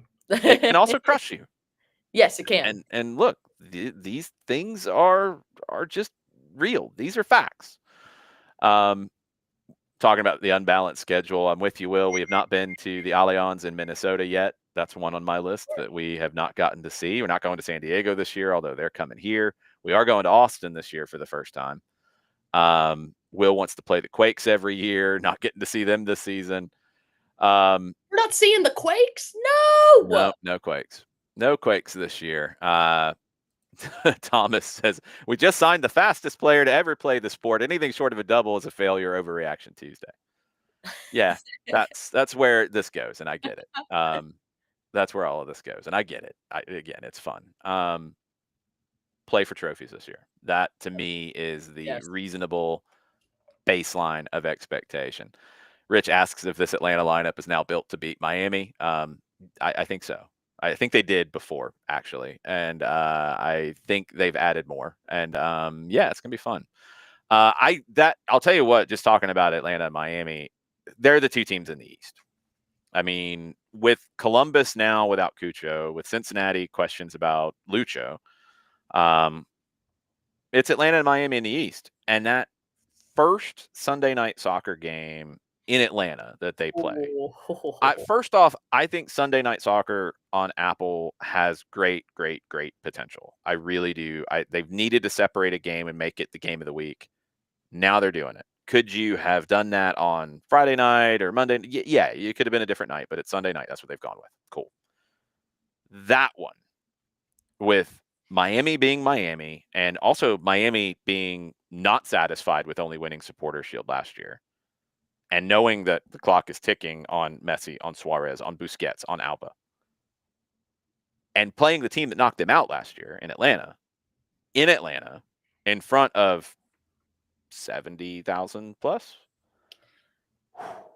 Oh, yeah. That will be the game that should put the Sunday night soccer franchise for Apple TV and MLS Season Pass on the map. That should be a worldwide spectacle. I mean, that's going to be that whole day, that entire day is just going to be electric. I mean, the last time, I think it was me, you, and Sophia had like a small SDH like meeting before we went to do this. Me and Sophia got stuck in traffic. We watched Messi's bus circle around us because of just how crazy it was downtown getting ready for the game. I can only imagine what this game is going to be like, especially with 70,000 plus in the stands at the Bends. And I mean, it's going to be electric, especially with what happened last season. I'm a little excited for that game. Just a little bit. Just a little bit. Yes, it's going to be it's going to be something. We've got some other moves happening around MLS right now. Stephen Goff reporting that DC United is trading homegrown attacker Ted Ku DiPietro to Colorado for $1.25 million in cash plus add-ons. Another cash move. Jack McGlynn was sold to Houston by Philadelphia. That got done yesterday. I think that's a huge mistake for Philadelphia, by the way. No way I'm giving up a player of Jack McGlynn's quality. I said it on the Morning Espresso. Sorry, Rich, you might want to close your ears. It's, to me, an indictment on the way Philadelphia wants to play, that they are producing very talented young soccer players that don't necessarily fit their system and move on from them at very young ages before they really impact things there. They have to modernize the way that team's playing. We'll see.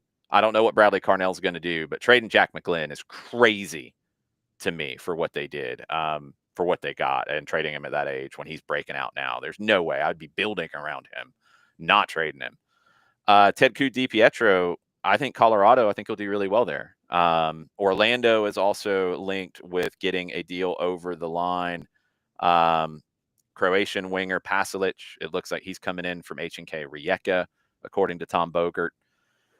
Orlando is one to keep an eye on. They're going to be missing Duncan McGuire and Wilder Cartagena for a long, so injuries are already affecting them in a big way. I think it's Atlanta and Miami in the East. I want to see who's after that, though. That's the thing I don't really know, with Columbus moving on from Cucho, and that was probably the right time to do it and the right amount of money to do it for. Cincinnati and whatever's going on with Lucho Acosta, it looks like they're getting Yuya Kubo back. If Cincinnati gets Evander, I don't think that's a like-for-like replacement, him for Acosta. I don't know if they're quite as good with that setup, but we'll find out. We'll see. The East has got some question marks in it that maybe it didn't have. New York Red Bulls, look, with Emil Forsberg, the Red Bulls were one of the top teams in the East. He should be there all season.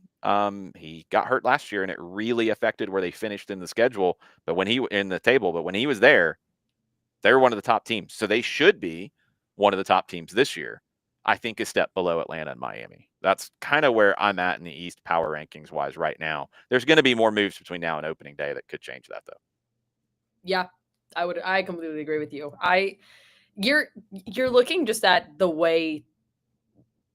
I mean, last season, I think as a whole, with the matchup between Atlanta and Inter Miami, from that first game back where we beat them 3-1 in their home place, then the tie, they come back, it's 2-2 at home again.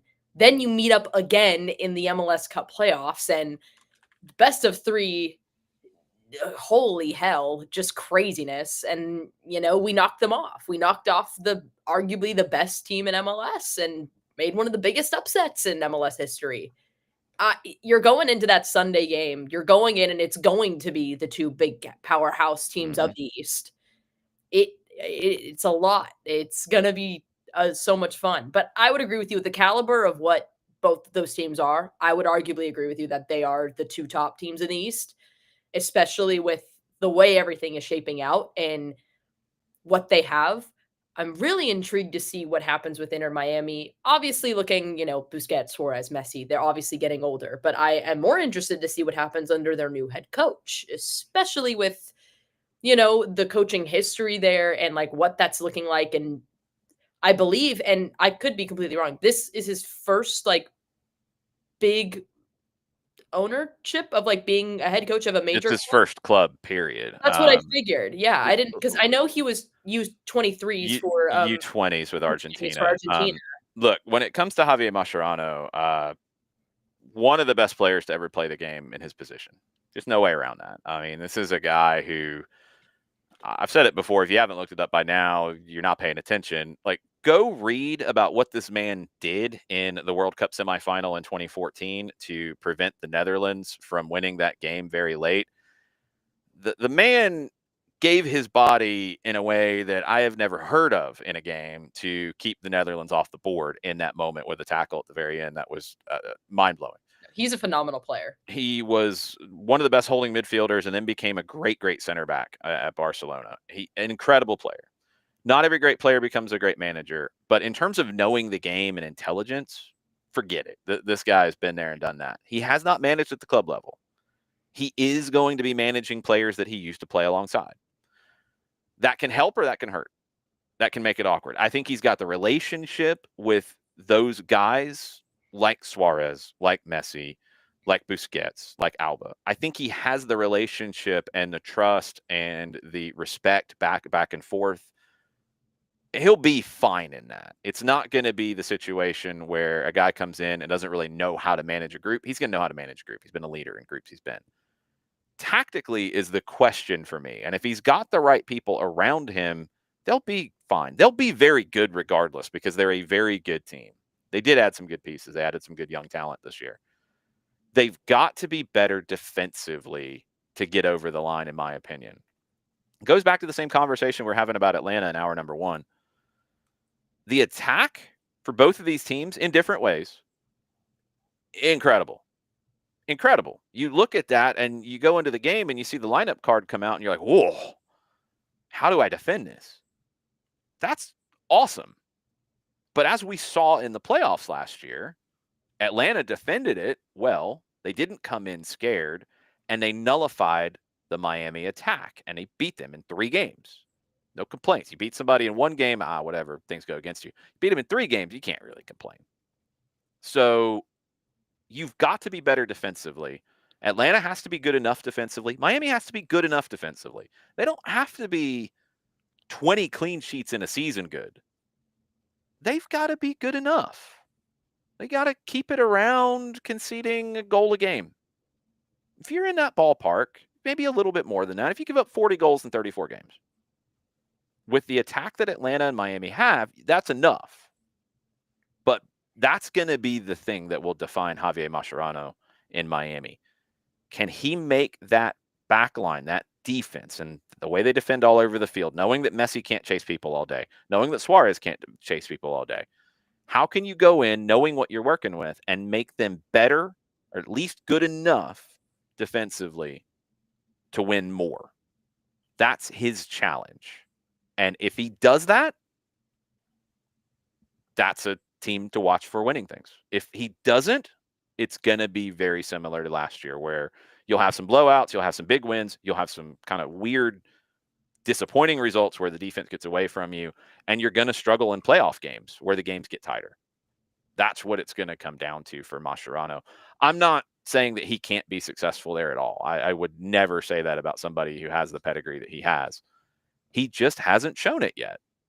And that's going to be the challenge going forward. Yeah, I think that was it for me. Like, especially like when you talk about the relationships, especially with Messi, with all of them, like for me, I'm looking at it and like it can be such a blessing, but it also could be such a curse. Like, you know them so well that you're able to communicate the things that you want. You're able to detail certain ways. You're maybe able to be a little bit more of like, hey, I know you, but like, let's get this going. Like, come on, like we got to go. Or it can be a curse, because then it's like, oh, well, I know this person. I don't want to, ruin that relationship, or I don't want this to strain anything. And then I also agree tactically, like how you play it. Like, because obviously we talked last season about, looking at Miami as a whole, defensively, just not the best. And we even talked about it, and the name is escaping me right now. Absolutely escaping me. And I know that you'll be able to know it. The midfielder that went. Right. Thank you. I mean, we talked about it. Like, truly the reason why I think that Inter Miami didn't play as well in Game 3 was because of Vonnegut Wright. They missed him. They didn't have him. When he went out injured in Game 2, Atlanta took over the series. Yeah.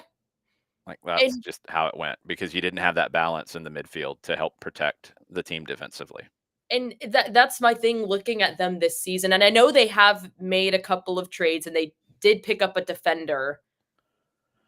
And they made some moves. Like, look, I don't think Miami's going to be, worse on paper. Like, can they be as good as they were Supporters Shield wise, regular season wise last year? That's a record for a reason. It's hard. It's not easy to do what they did.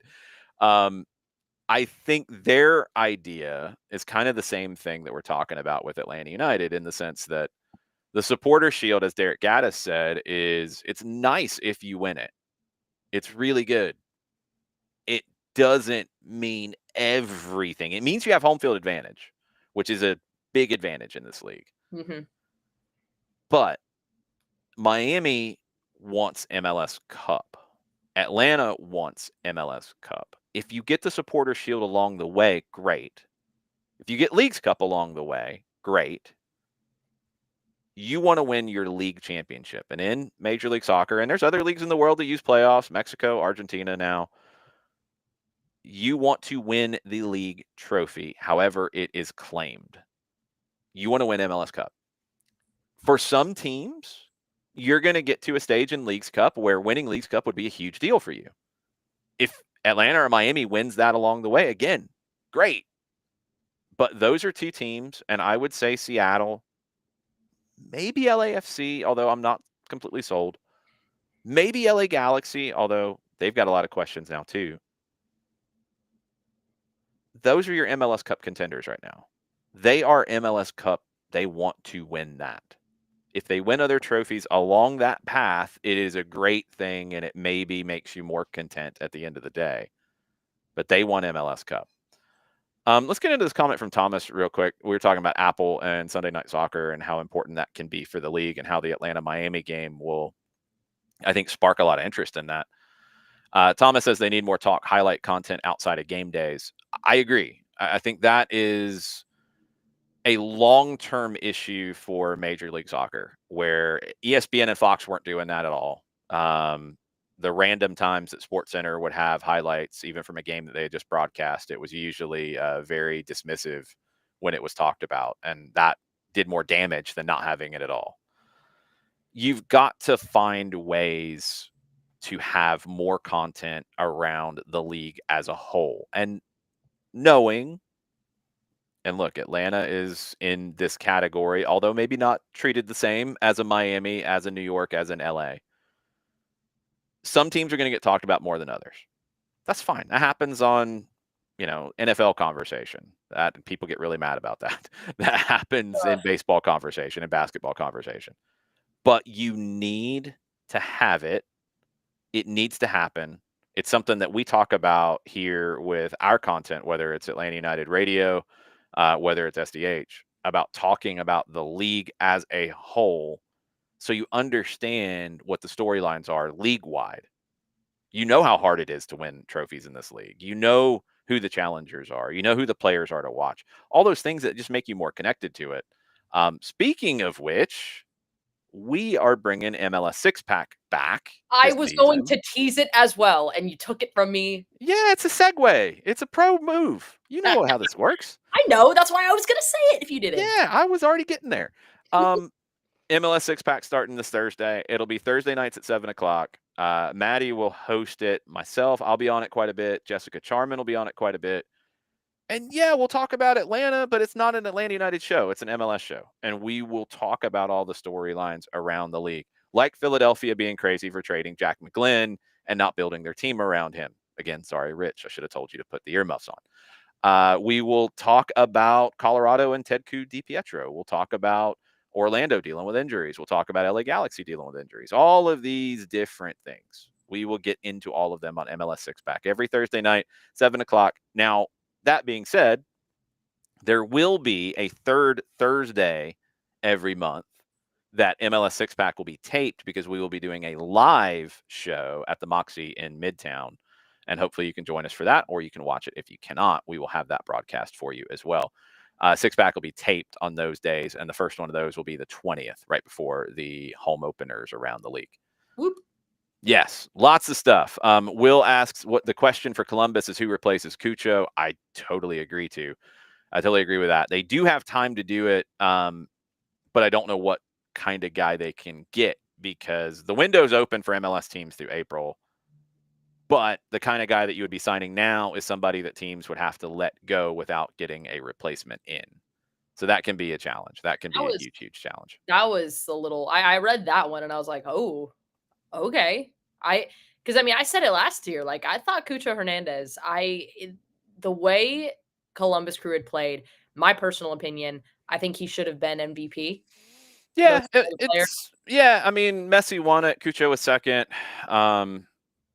I actually would have put forth an argument for Ricky Pooch. I think he was maybe the most valuable in terms of making his team better, although they did win the cup without him in the final. It's semantics. We could argue it for all of them, pros and cons. Cucho was amazing. He had an incredible year, and he carried that team in a lot of ways. He's nuts. That is a player for me, besides Ricky Pooch, because I have said it. I loved watching Ricky Pooch play all season last year. He was so fun to watch. Another one for me was Cucho Hernandez. I think he's such a phenomenal player. I just love the way he plays. I love the way that he played with Columbus Crew. I love what they did around him.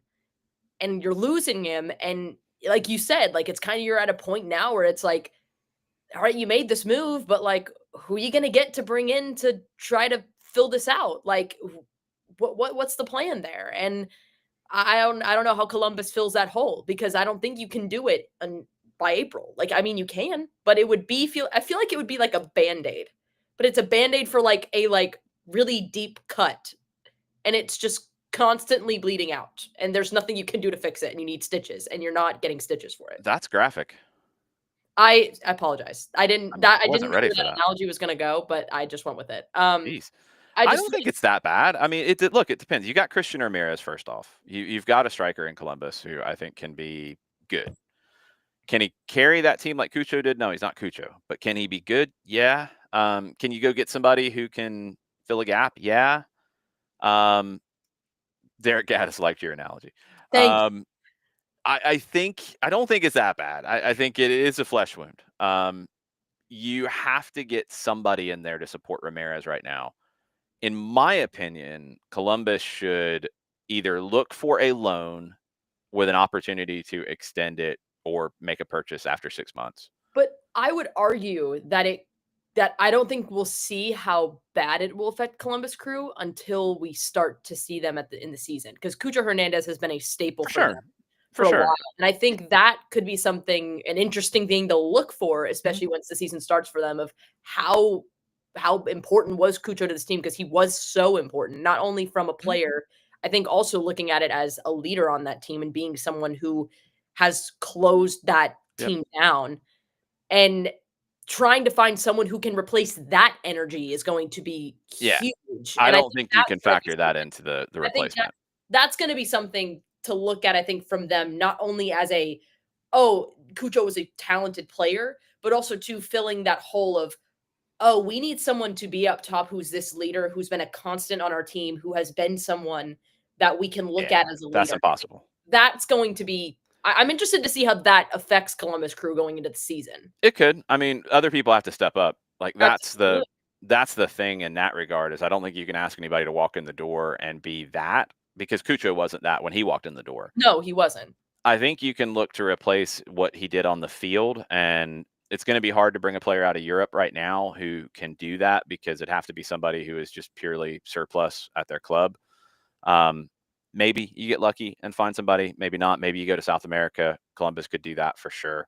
I think you're looking for somebody to support Ramirez for the first half of the season, while then you go and really look to add somebody in the summer. And that's where you could make a more impactful addition. I think it'll make Columbus less of a competitor in the Eastern Conference.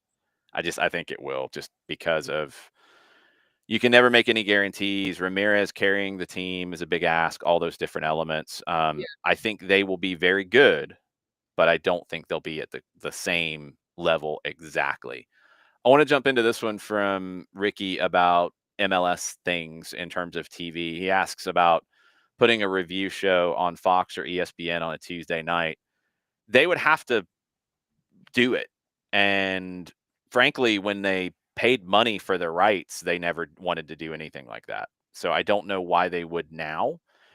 If otherwise, you'd have to buy the time, which would be very expensive, and you're probably not incentivized to do that, because you're not going to be able to guarantee a great spot on either network because of college football, because of college basketball, because of MLB, because of different things. I think where your MLS, and they're doing some of these things for this year, you're increasing the reach of Season Pass by getting it into the Xfinity universe, into the DirecTV universe, where people who don't have the Apple app, or don't want to do that, are they've got all the other apps, but they've decided not to get that one. Like, you're getting past that in two of the biggest universes for those folks, with Xfinity and with DirecTV. That's a great step in the right direction. Having the Sunday night thing is a great step in the right direction. As Kevin Egan said on our AST special, he's hosting the MLS wrap-up show after that, which will be the weekly wrap-up show after the Sunday night game. I love that. I love how all that fits together. It's increasing the exposure for those things. It's probably using your league website, your social media more to really push those sorts of storytelling things. Honestly, I think it's down to people like us too. And, that's not like me saying that and that I'm hoping. I think it's a responsibility of anybody covering the league to talk about the league as a whole. I really do. That's why we're, putting the time and energy towards an MLS show on Thursday nights. It's important because it just makes the understanding of everything that's happening for your local team higher. I'm that's how I am with a team in any league, any competition. I'm a Georgia football fan. I want to know what's going on in the rest of the SEC because then it all makes more sense. Yep. I'm a Falcons fan. I want to know what's going on in the entire NFL, especially in the division. You Okay. want to know where your team falls in the stratosphere, because there'll be times where it's like, oh, okay, well, this matchup actually impacts my game because of such and such, and Yeah. we have to do this in order to that. We really want this team to lose, or we want this team to win, because then that helps our chances boost. Like it gives you a fuller picture of what's going on with your team, because it also, everything that happens in MLS, no matter what team it is, it also does impact your team, because you're gonna play Columbus Crew, you're gonna play NYC, you're gonna play New York Red Bulls. You want to know those storylines of what's happening within that team before you go into Atlanta United. I always did that even before I was media or did anything. As a fan, anytime I was going to a game, I would always look up, be like, okay, who's on the player roster, what's happening, who's suspended, what's happening with New York Red Bulls. I'm just naming off a team, but like you want to have a full picture when you go into a game, because you want to know, ideally, I mean, you want to know what the stakes are. You want to know what is the storyline for both teams. You want to know how this game impacts both teams, and it gives you a fuller picture. And honestly, I feel like it makes it a little bit more enjoyable when you know a little bit more about both. That way you can know what's happening, you can be more knowledgeable in it, and and that's why I think when you have these outlets, and I completely agree with you, I think it is a responsibility for a lot of these outlets to showcase that whole picture. You can focus on a specific team, and I think that's also great. I think that's great too. You Yeah, have to no, have that. anything is great, but I But you think have to have the balance of showing everything within yeah, the league, because it is important, because it's not just one team. it It's improves your everything. core business. Absolutely. And look, everybody doing any aspect of any of this, you do have to think about that. And Yep. if you're in Atlanta and you want people to be more emotionally attached and more, intelligently attached to Atlanta United, they have to understand the entire league as a whole. So Mhm. that's why it's important for an outlet like us. If we want people to pay attention to us talking about Atlanta United, we need to talk about the rest of the league and be intelligent about it. Yeah. And that's why we put the time and energy to doing it. Yeah. Couple of last things before we wrap up. Alex Pacine said they need to have a twice weekly show to talk about the league. I agree. The weekly wrap up show, I think that can be a hallmark for Kevin and for MLS Season Pass on Sunday nights, almost like the old NFL primetime show on ESPN. NFL Network had a great Sunday night show as well to wrap up everything that was really entertaining. The Champions League wrap up shows, great, very entertaining. You can have a lot of fun with that one. I would like the second show to be more of the preview, and that could go, like what we're doing with a Thursday night. Ours is going to be more preview. That could go Friday. That could be something that you watch Friday night or watch Saturday morning, leading into the games. I agree. I think you need a review and a preview, and I would like to see that. We have Mhm. kind of, just because of our bandwidth, we're not going full review preview, but our friends at Scarves and Spikes, they have their Monday night more review show. We have the Thursday night more preview show. So hopefully between the two of us, you'll get some of that content Yeah. this year. Doesn't Julian Sakovits do a weekly You thing have on? those in MLS Season Pass, which I think are good, yes. But I I do give think me more broad standpoint. you I got need some outside of the network conversations as I got well. you. Yes, You need absolutely. both. Absolutely. A couple last ones. Will said, "Here's to 2025 being the year MLS doesn't suck up to Messi." Will, you have to and suck up to Messi? I don't think is fair. You have to talk about Lionel Messi. He is the biggest driver of interest and potential content worldwide that you could possibly have. You have to talk about it. There's a lot of people who are saying the opposite, and this is the nature of any conversation about anything in 2025. there are people saying that they talk about Messi too much, and then there are people literally saying right next door they're not talking about him enough and doing enough to capitalize on him being in the league. I see both hit my timelines at the exact same time, and you're not going to be able to make everybody happy in that. You have to talk about him. He is a major storyline in 2025 in terms of he hasn't won MLS Cup. It's very similar to David Beckham when you got to 2011, where he had been in an MLS Cup final. They had been a very good team. They hadn't won anything. His time was running short. Pressure's on. That's a real conversation about Lionel Messi in Miami in 2025. That's great. That's great. It's going to feed into that game against Atlanta in March. Like, that's great. You want that. You want games to have meaning. That's your meaning now. And I'm with you in terms of just talking about him just to talk about him and not actually putting any meaning to it. Now, there should be meaning to him being here and winning trophies everywhere he's been, but not here yet. Supporter Shield, yes. Leagues Cup, yes. The trophy, the big trophy. He hasn't won that yet. That should be a conversation this year. That should be a major conversation in 2025. Oh yeah, especially with like the outcome of what's going to happen with him in the future. Like there's been talks obviously about contract and if he's going to stay for another year and how that's looking like, if he's going to retire possibly. Like No, he's playing in the World Cup. I figured he would. My prediction is he's playing in the 2026 World Cup and he's retiring then. I think he stays for 6 more months. The first half of 2026, he plays in the World Cup and he retires. That's my hoping. That's my prediction. I want to see Messi in the World Cup one more time. He's playing in the World Cup. He's still playing at too high of a level. They're going to be defending their title. He's going to play in that World Cup. That's just you have to. I mean, but there's conversations like around just like how. I mean, let me rephrase: limited time with Inter Miami, especially as we get closer to the World Cup. Like that's you're not in crunch time, but you kind of are because you're like, okay, this is it. This could be the chance of like, okay, we gotta get an MLS Cup in here. 100%. And again, that is a good thing, and that is a real storyline. That we've had this storyline about Peyton Manning winning a Super Bowl. Like you get to these times where you get late in somebody's career or their time in a league or whatever, and it's pressure's on. Can they do it? That's real. That's good. That's what it should be about. And that's the kind of stuff that I hope we get more of in this league of why does this game matter? Why does this story matter? Not pomp and circumstance. Those things are fun too. The fun stuff is fun. You've got to have some real substance. You got to have some real stake. And you got to have stakes in these games, to change the words, spelling and meaning.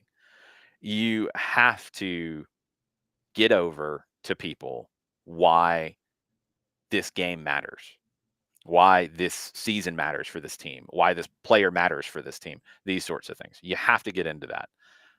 That's going to be a huge one for Lionel Messi and Miami in 2025. But Atlanta United is part of that conversation as well, literally because they knocked Miami out last year and prevented that from happening. And with what they've done today with signing Emmanuel Latte Lath from Middlesbrough. He introduced himself as Emmanuel Latte Lath in the video that Atlanta United posted. In the press release, it just said Latte Lath. We will figure it all out as we go. Just, you know how these things go.